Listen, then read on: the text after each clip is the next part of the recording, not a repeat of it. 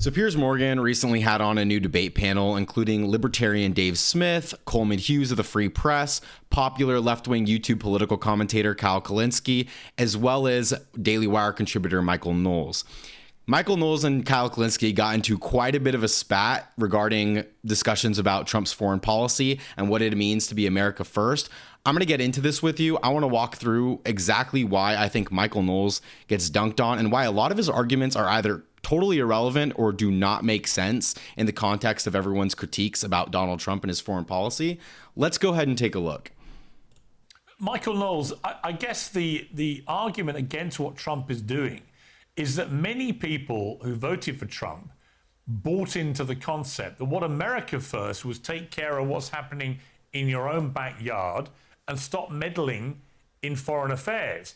And now they're waking up almost on a daily basis to seeing Donald Trump proudly and aggressively talking about meddling in all sorts of foreign affairs. Is there a contradiction or hypocrisy or even a betrayal of voters going on here? Not at all. First of all, Venezuela is in our own backyard, and it's been the policy of the United States in 1803 to manage the Western Hemisphere. So that, that's a cornerstone of American foreign policy. I think it is charming that Dave is defining America first in the way that he prefers, and I think there are plenty of people who wish to do that. But Dave, though a very popular podcaster, never won a presidential election, and Trump has been clear on what he means by America first, the political movement that he built, that people voted for in his coalition since the beginning. President Trump campaigned the first time around on destroying ISIS. So obviously that does not mean that America's only going to look inward. President Trump has carried out attacks, military operations that were extremely successful in Iran, in Syria, and Afghanistan, obviously in Venezuela. He's been talking about taking Greenland and even invading America's evil top hat, Canada, though I think he's mostly joking about that one, since the beginning. So that's what that means. And what it comes down to is that America is a global empire. We just are. People can be upset about that, but unless your geopolitics comes strictly from Reddit, if your geopolitics actually comes from history. So before I let him continue, I do want to go over a few things that he just pointed out. And there's actually some truth underlying some of the content that he just said, but I'm going to explain what's true and what isn't.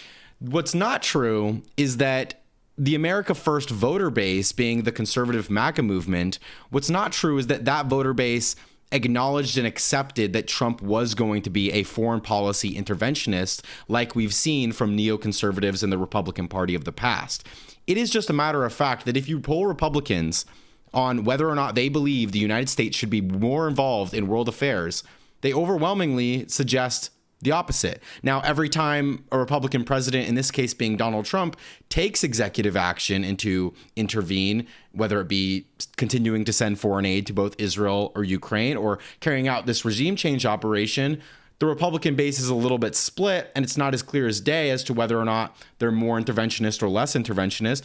But it is true that the way that MAGA sold Donald Trump's presidency and the way that they sold America First messaging was this idea that America is no longer going to be an imperialist empire of nations past and focus internally on the American people. Instead of sending billions of dollars overseas, instead of sending billions to Ukraine, as we often heard under the Biden administration, let's focus our resources and policy priorities here at home. That's clearly not what Donald Trump has been engaging in.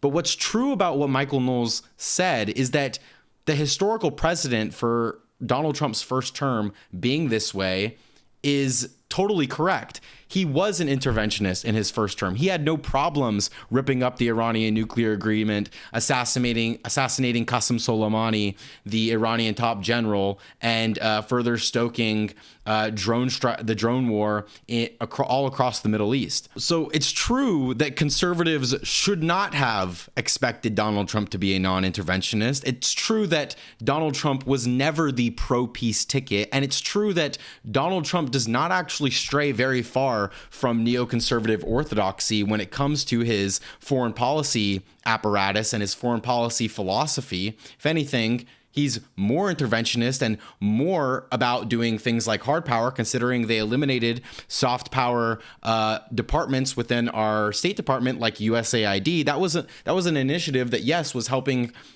families and poor people around the world get food, but it was also a form of soft power. So Trump has actually leaned even more so on this hard power and clearly not afraid to engage in regime change operations. That's all true. And that has been true since Donald Trump's first term. So if Republicans who expected Donald Trump to be a non-interventionist thought he was going to be one, they were wrong in doing so. And to that point, I think that Michael Knowles is actually correct in that this has always been Donald Trump's policy. You recognize that we've been an empire since the Louisiana Purchase, okay? And we've been a muscular global empire since the Second World War. So President Trump's vision, I think, actually rejects two extremes. It rejects a conservative isolationism, and it rejects a liberal internationalism, and it posits a conservative imperialism that says that we are going to recognize our role in the world, but we are going to pursue that role in limited ways with America's interest at heart. So there's been no regime change in Venezuela. We're talking about regime change in Venezuela. The regime is still in place. What we did was depose the leader. We left the vice president in place, and we said, act in a way that is appropriate in accordance with the law and our interests, or we're going to kill you. That's very... Trump, by the way, has stated numerous times that the United States and him himself are the acting national leaders of Venezuela. So unless Donald Trump is lying about the powers that he now believes he possesses over the nation of Venezuela, it is a regime change because we're saying that you no longer have a leader. We're not recognizing you to have a leader as such or any sort of sovereignty for that matter. And your actions are now going to depend on U.S. interest. So of course it's regime change.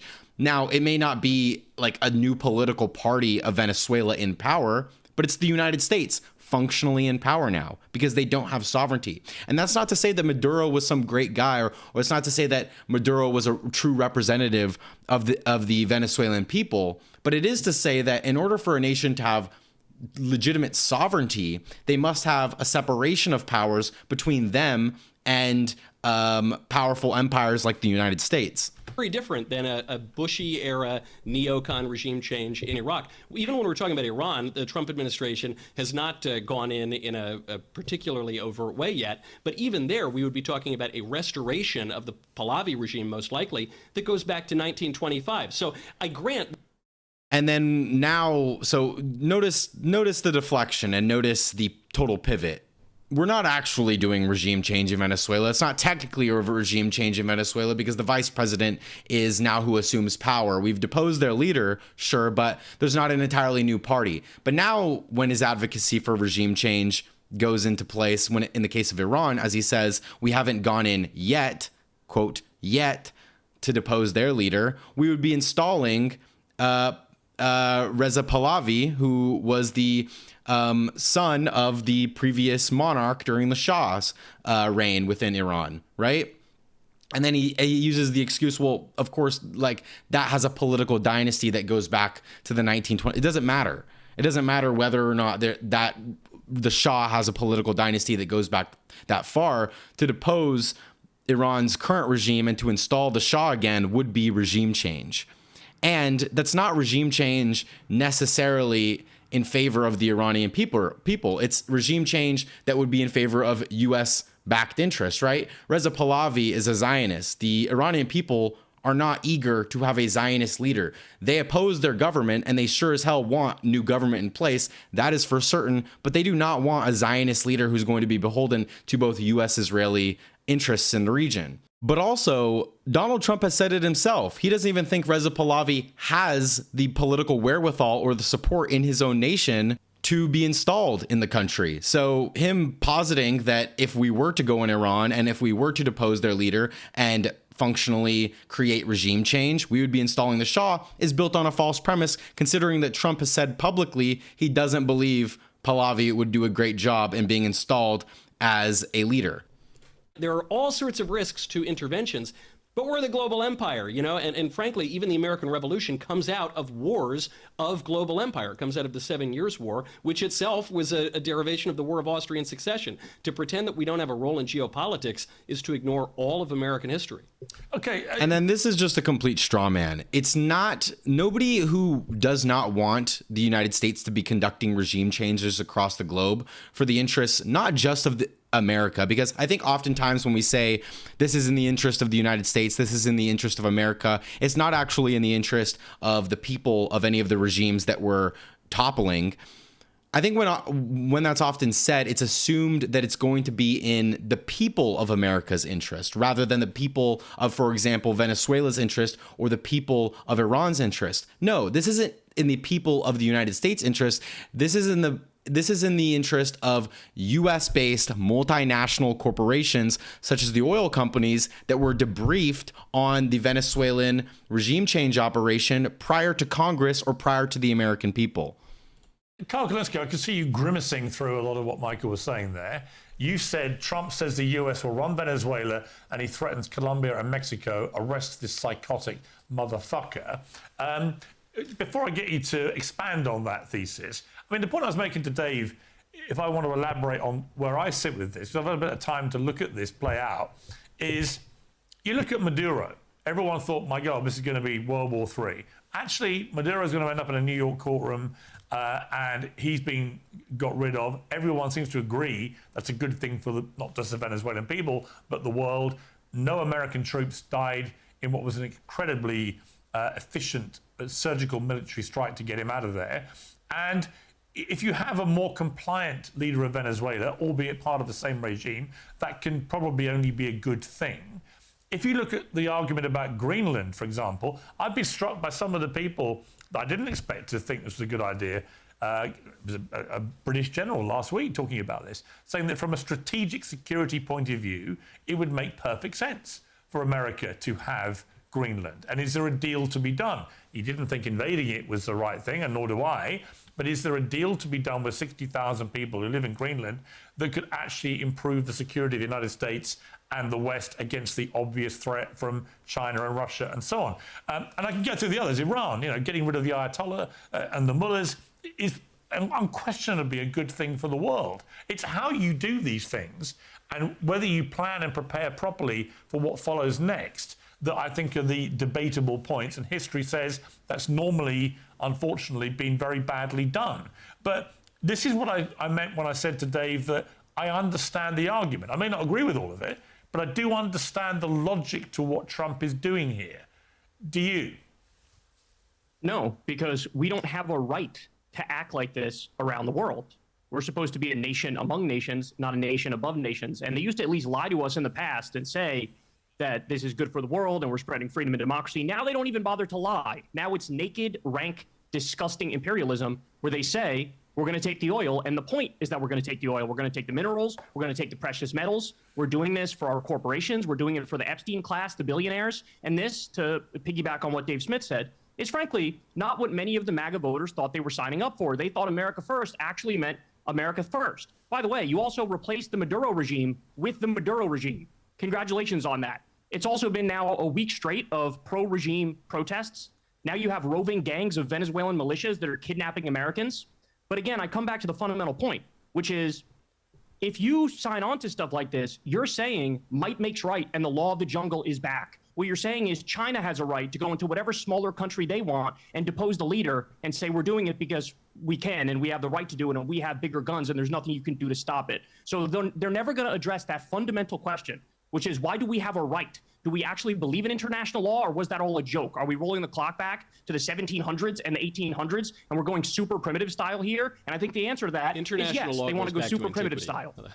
So what I want to highlight of what Cal Kulinski just said was he addressed the point directly, which is that like I said before, this was not exactly what MAGA voters expected when they heard the mantra America first. You can find countless videos on the internet from TikTok to any of the popular right-wing media news networks or popular figures within right-wing political media consistently saying that Donald Trump was going to be the pro-peace ticket. We weren't going to send tons of money to endless foreign wars. Tons of money to endless foreign wars was a constant critique made about the Biden administration. And I have a lot of critiques about Biden, including that of foreign policy. But you don't even hear MAGA talk about Ukraine now, despite nothing, not only has nothing changed under Donald Trump when it comes to Ukraine, but we're still sending the same weapons shipments. We're still sending the same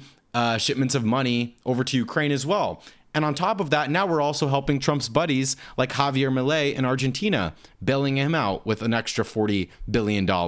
So we are sending money abroad. We are toppling regimes. We are engaging ourselves in a way that is virtually no different than neoconservatives of the past.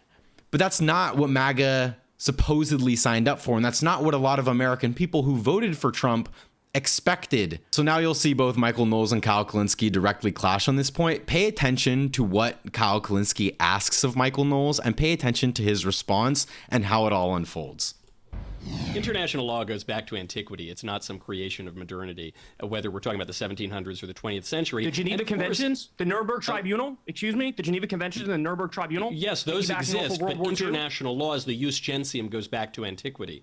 However, unfortunately, a lot of our liberal friends think history began a few decades ago. The League of Nations was useless. It fell apart, and that's why we had the UN. That's why we had the Geneva Convention. Right, I'm talking about millennia ago, because we looked at piles of millions of dead bodies, and we said that's a bad idea. We looked at piles of millions of dead bodies and said, that's a bad idea. Let's not do that anymore. Let's actually have a framework and rules and laws. And Trump is blowing that up. By the way, he bombed fishing boats from Venezuela, Trinidad, and... I just want to say really quick, the entire idea of Michael Knowles bringing up some vague conception of international law millennia ago, or however many hundreds of years ago, that pre-existed either the League of Nations or the United Nations, is entirely irrelevant, right? It's irrelevant as to whether or not Donald Trump's foreign policy is truly on brand with the America First messaging, and it's also entirely irrelevant as to whether or not his engagement in regime change operations, like he just did in Venezuela, is ethical or is going to lead to good outcomes, right? Michael Knowles is not defending that. Most of what Michael Knowles has said thus far is just made descriptive claims about the fact that the United States has historically been an empire, which is not something that anybody actually contests with, right? The question is not whether or not the United States has historically been an empire or whether or not we've engaged in consistent regime change and interventionist operations in the past. The question is it good?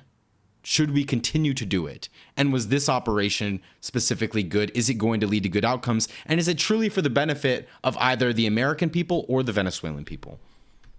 Tobago and Colombia. He just did the regime change in Venezuela. He bombed Yemen and Somalia and Nigeria and Iran. He's threatening Greenland and Panama and Canada and Cuba and Mexico. And you sit there the whole time and act like it's okay. Is there anything Trump can do, Michael Knowles, that you would say, I condemn it, and you hop off the Trump train, or are you going to tickle his taint for the rest of your fucking life? No, there have been plenty of Trump policies that I've criticized because he's only right about 99.78% of the time. So the First Step Act, I thought, was a misstep. But I would say the rest. Excuse me. I would say the rest.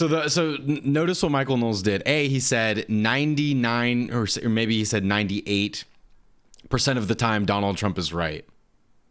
Kyle's right. It's total cuck shit, right? If you're unwilling to actually legitimately criticize the Trump administration on some horrendous policies.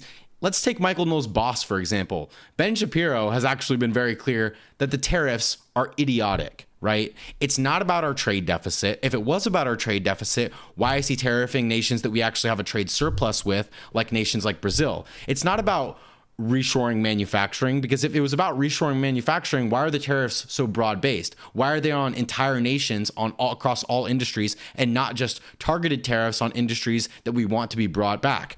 Why is Trump undermining the industrial policy needed to reshore manufacturing? So it's not that. It's not about deals either, because Trump has come up with no trade deals in the span of a year, despite him claiming and running up to the election that he was going to get 100 deals in 100 days. None of that is manifested. And why would it be about tax revenue? Donald Trump's only fiscal policy in terms of the legislation that has been passed, like the big beautiful bill, totally expanded our debt and deficit. So I don't even understand how any traditional conservative, or libertarian for that matter, can defend Donald Trump's tariff or fiscal policy. But someone like Michael Knowles refuses to give any sort of credence or critique. And that's really the difference between someone like Kyle Kulinski and Michael Knowles. Kyle Kulinski will criticize Joe Biden, will criticize Kamala Harris all the way. He won't be shy about the fact that he prefers them to someone like Donald Trump, but he'll criticize them the entirety, both when they're in the administration and when they're out in the administration doing things like book tours. Michael Knowles refuses to do that, and that's exactly why he's a cuck. rest of the Such a cuck. the administration has been very successful. What's your problem? What's My your problem is that criticism?